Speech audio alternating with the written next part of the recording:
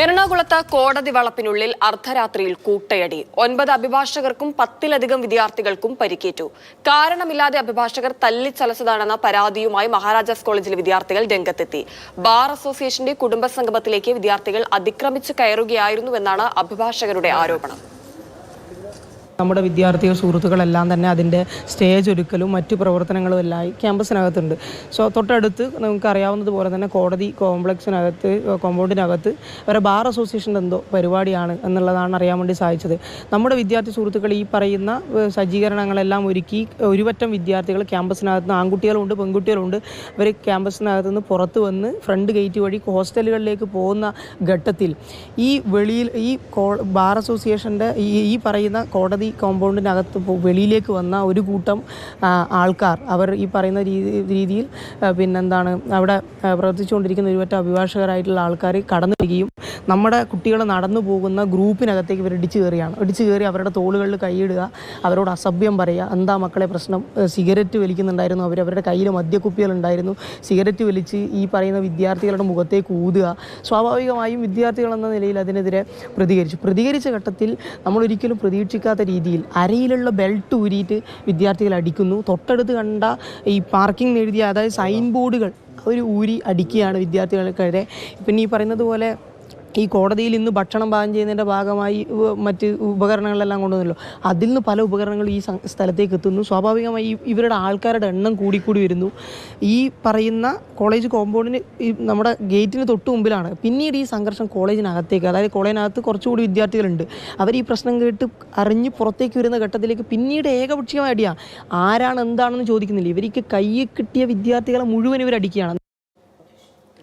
ഇടയിലുള്ള കൾച്ചർ പ്രോഗ്രാംസിൻ്റെ ഇടയിൽ അവർ വരികയും അവർ നമ്മുടെ ലേഡി അഡ്വക്കേറ്റ്സിൻ്റെ ഇടയിലേക്ക് ഇൻ്റർഫിയർ ചെയ്തതിൻ്റെ അടിസ്ഥാനത്തിൽ നമ്മൾ അവരോട് പറഞ്ഞു ഇത് പറ്റില്ല, ഇത് നമ്മുടെ കോമ്പൗണ്ടാണ്, നിങ്ങൾ കോളേജാണ്, നിങ്ങൾ പുറത്തേക്ക് പോകണമെന്ന് പറഞ്ഞു. അതിൻ്റെ അടിസ്ഥാനം നമ്മുടെ അസോസിയേഷൻ്റെ ക്യാമ്പസിന് പുറത്തേക്ക് അവർ മാറ്റുകയും തുടർന്ന് അവർ ഏകദേശം 20-30 മേളിൽ ആൾക്കാരുണ്ടായിരുന്നു. വെപ്പൺസായിട്ട് നമ്മളുടെ കോടതിയുടെ അകത്ത് വരികയും തുടർന്ന് അസോസിയേഷൻ്റെ കോമ്പൗണ്ടിലേക്ക് വരികയും ഞങ്ങളുടെ പ്രിമൈസസിൽ വരികയും നമ്മളുടെ അഭിഭാഷകരെ അറ്റാക്ക് ചെയ്യുകയും അതിൻ്റെ അടിസ്ഥാനത്തിൽ ഒത്തിരി അഭിഭാഷകർക്ക് പരിക്കേൽക്കുക. അതിൽ 9ഓളം പേര് മെഡിക്കൽ ലിസ്റ്റ് നിലവിലുണ്ട്. ഒരാൾ നമ്മുടെ ജനറൽ ഹോസ്പിറ്റലിലായിരുന്നു, ഇപ്പം നിലവിൽ വീണ്ടും മെഡിക്കൽ ലിസ്റ്റിലേക്ക് അദ്ദേഹത്തിനെ കൊണ്ടുവന്നിട്ടുണ്ട്.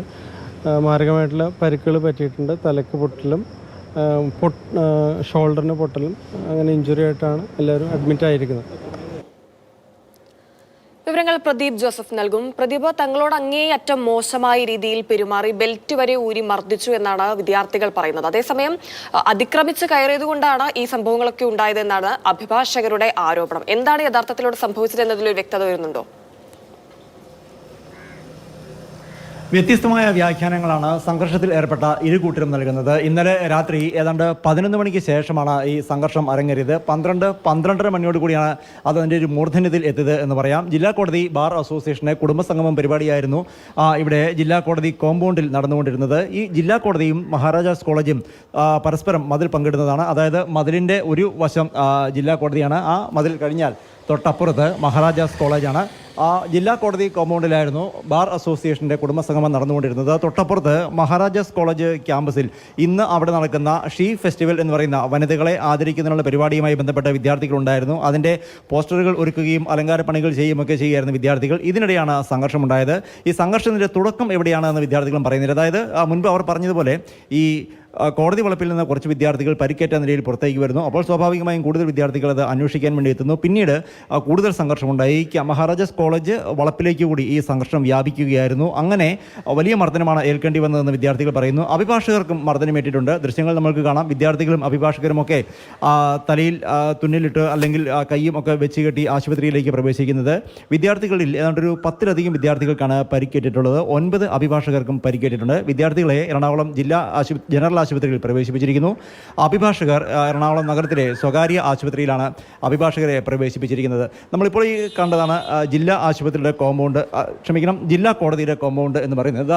ഈ കാണുന്ന ഈ മതിൽ കഴിഞ്ഞാൽ പിന്നീട് തൊട്ടപ്പുറത്ത് തന്നെ ഇടതുവശത്തേക്ക് തിരിഞ്ഞാൽ തൊട്ടപ്പുറത്തേക്ക് നോക്കിയാൽ മഹാരാജാസ് കോളേജിൻ്റെ കോമ്പൗണ്ടും കോളേജിൻ്റെ വളപ്പുമാണ് പിന്നീടുള്ളത്. ഈ ഒരു ചെറിയ മതിലിൻ്റെ വേർതിരിവ് മാത്രമാണ് ഈ രണ്ട് സ്ഥാപനങ്ങളും തമ്മിലുള്ളത്. അവിടെ വെച്ചാണ് ഇന്നലെ അർദ്ധരാത്രിയിൽ ഇത്തരത്തിൽ സംഘർഷമുണ്ടായത്. ആകെ ഏതാണ്ട് 20ഓളം പേർക്ക്, അഭിഭാഷകർക്കും വിദ്യാർത്ഥികളും ഉൾപ്പെടെ 20ഓളം പേർക്ക് പരിക്കേറ്റിട്ടുണ്ട്. 2 പോലീസുകാർക്കും നിസ്സാരമായ പരിക്കേറ്റിട്ടുണ്ട്. ഈ സംഘർഷം അറിഞ്ഞതിനെ തുടർന്ന് സെൻട്രൽ സ്റ്റേഷനിൽ നിന്നുള്ള പോലീസാണ് ആദ്യം സ്ഥലത്തെത്തിയത്. പിന്നീട് കൂടുതൽ പോലീസ് സ്ഥലത്തെത്തിയാണ് ഇത്തരത്തിൽ സംഘടിച്ചു നിന്നവരെ പിരിച്ചുവിടാൻ ശ്രമിക്കുകയും പിരിച്ചുവിടുകയും ചെയ്തിരിക്കുന്നത്. പരിക്കേറ്റവരുടെ ആരുടെ നില ഗുരുതരമല്ല എന്നാണ് അറിയുന്നത്. പക്ഷേ ചിലർക്ക് കൈകാലുകൾക്ക് പൊട്ടലേറ്റിട്ടുണ്ട്. അതേസമയം ഡിഫറൻ്റ്ലി ഏബിൾഡായ ഭിന്നശേഷിക്കാരായ വിദ്യാർത്ഥികൾക്ക് ഉൾപ്പെടെ മർദ്ദനമേറ്റു എന്നാണ് മഹാരാജാസ് കോളേജ് യൂണിയൻ ഭാരവാഹികൾ പറയുന്നത്. എന്തായിരുന്നാലും സംഭവത്തിൻ്റെ തുടർ പ്രതിഷേധ പരിപാടികളൊക്കെ ആലോചിക്കാൻ ഇന്ന് വിവിധ തലങ്ങളിൽ യോഗം ചേരുമെന്നാണ് കരുതുന്നത്. വലിയ പോലീസ് സന്നാഹം എത്തിയാണ് സംഘടിച്ചു നിന്ന ആളുകളെ പിരിച്ചുവിട്ടത്. അതേസമയം വിദ്യാർത്ഥികൾ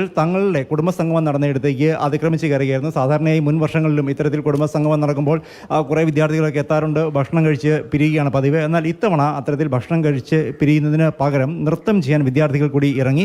ഇത്തരത്തിൽ വനിതാ അഭിഭാഷകർക്കിടയിൽ നൃത്തം ചെയ്യാൻ ഇറങ്ങിയപ്പോൾ അതിനെ ചോദ്യം ചെയ്തു. അത് പറ്റില്ല എന്ന് പറഞ്ഞു. തുടർന്ന് ഒരു സംഘർഷത്തിലേക്ക് നീങ്ങുകയായിരുന്നു. വിദ്യാർത്ഥികൾ ആക്രമിക്കുകയായിരുന്നുവെന്ന് അഭിഭാഷകരും പറയുന്നു. എന്തായിരുന്നാലും തങ്ങളുടെ ഭാഗം ന്യായീകരിച്ചുകൊണ്ട് വ്യത്യസ്തമായ നിലപാടുകളാണ് ഈ സംഘർഷത്തിൽ ഏർപ്പെട്ട ഇരുവിഭാഗവും സ്വീകരിച്ചിരിക്കുന്നത്. സംഭവത്തെക്കുറിച്ച് പോലീസ് അന്വേഷണം ആരംഭിച്ചിട്ടുണ്ട്. പ്രതിഭ, ഈ വിഷയത്തിൽ പോലീസ് എന്ത് നടപടിയാണ് ഇതുവരെ സ്വീകരിച്ചത്? പോലീസ് സംഭവം നടന്ന് അപ്പോൾ തന്നെ ഇവിടെ എത്തിയിരുന്നോ? അർദ്ധരാത്രിയിലാണ് സംഭവം ഉണ്ടായത്. ഇത്തരത്തിൽ ഒരു സംഘർഷം ഉണ്ടായത് അറിഞ്ഞ ഉടൻ തന്നെ പോലീസ് സ്ഥലത്തെത്തിയിരുന്നു. ആദ്യം കുറച്ച് പോലീസുകാരാണ് എത്തിയത്, പിന്നീട് കൂടുതൽ പോലീസ് എത്തി. ഏതാണ്ട് നമ്മൾ വെളുപ്പിന് ഒരു 3 മണിയോടുകൂടി ഇവിടെ വരുമ്പോൾ 4-5 വലിയ വാഹനങ്ങളിലായി പോലീസുകാരുണ്ടായിരുന്നു. എന്നാൽ സംഘർഷം അവസാനിച്ചതിനെ തുടർന്ന് അല്പസമയം മുൻപാണ് അവർ പിരിഞ്ഞു പോയത്. പക്ഷേ ഇപ്പോഴും ജോലിക്ക് അല്ലെങ്കിൽ സുരക്ഷയ്ക്ക് വേണ്ടി പോലീസിനെ നിയോഗിച്ചിട്ടുമുണ്ട്. അതേസമയം സംഘർഷത്തിൻ്റെ തുടക്കം എന്താണ്, എവിടെയാണ് തുടങ്ങിയ കാര്യങ്ങളെക്കുറിച്ച് വിശദമായി അന്വേഷിക്കുമെന്ന് പോലീസ് അറിയിച്ചു. കൂടാതെ വിദ്യാർത്ഥികൾ ആരോപിക്കുന്ന ഒരു കാര്യം, രാത്രി ഏതാണ്ട് ഒരു 12 മണി സമയത്ത് മറ്റും ഗാനമേളയുടെയും മറ്റും ഭാഗമായി മൈക്കും മറ്റും ഉപയോഗിച്ചിരുന്നു. അതിന് എങ്ങനെ അനുമതി കിട്ടും, അനുമതി ഉണ്ടായിരുന്നോ തുടങ്ങിയ ചോദ്യങ്ങളാണ് വിദ്യാർത്ഥികൾ ഉന്നയിക്കുന്നത്. ഇത്തരം കാര്യങ്ങൾ ഉൾപ്പെടെ പരാതിയായി നൽകുമെന്നും അവർ പറയുന്നു. അതേസമയം തങ്ങളുടെ ഒരു കോമ്പൗണ്ടിൽ, അതായത് അഭിഭാഷകരുടെ സംഘടനയാണ് ബാർ അസോസിയേഷൻ എന്ന് പറയുന്നത്, ആ സംഘടനയുടെ പരിപാടി അവരുടെ ജോലി സ്ഥലത്ത് സംഘടിപ്പിക്കുകയായിരുന്നു. പുറമേ നിന്നുള്ള ഒരാൾക്ക് അതിൽ ഇടപെടേണ്ട ഒരു ആവശ്യമില്ല എന്നാണ് വിദ്യാർത്ഥികളുടെ ഈ ഇടപെടലിനെക്കുറിച്ച് അഭിഭാഷക സംഘടനയുടെ നേതാക്കൾ പറയുന്നത്. മുൻപ് സൂചിപ്പിച്ചതുപോലെ തങ്ങളുടെ ഭാഗം ന്യായീകരിച്ചുകൊണ്ടാണ് ഇരുവിഭാഗവും സംസാരിക്കുന്നത്. വിദ്യാർത്ഥികൾ അവരുടെ ഭാഗം ന്യായീകരിക്കുന്നു, അഭിഭാഷകർ അവരുടെ ഭാഗം ന്യായീകരിക്കുന്നു. അതുകൊണ്ട് തന്നെ യഥാർത്ഥത്തിൽ എന്താണ് ഈ സംഘർഷത്തിന് കാരണം എന്നതിനെക്കുറിച്ച് അല്പസമയത്തിന് ശേഷം പോലീസ് അന്വേഷണം തുടങ്ങും. പരിക്കേറ്റ ആരുടെയും ആരോഗ്യനില ഗുരുതരമല്ല. പക്ഷേ ഒന്നിലധികം ആളുകൾക്ക് തലയ്ക്കാണ് പരിക്കേറ്റിട്ടുള്ളത്. വിദ്യാർത്ഥികളിൽ ചിലരുടെ തലയ്ക്ക് 12 തുന്നലുകൾ വരെ ഇട്ടിട്ടുണ്ട്. അഭിഭാഷകർക്കും ഇത്തരത്തിൽ തലയ്ക്ക് പരിക്കേറ്റിട്ടുണ്ട്, കൈകൾക്കും മറ്റും പരിക്കേറ്റിട്ടുണ്ട്.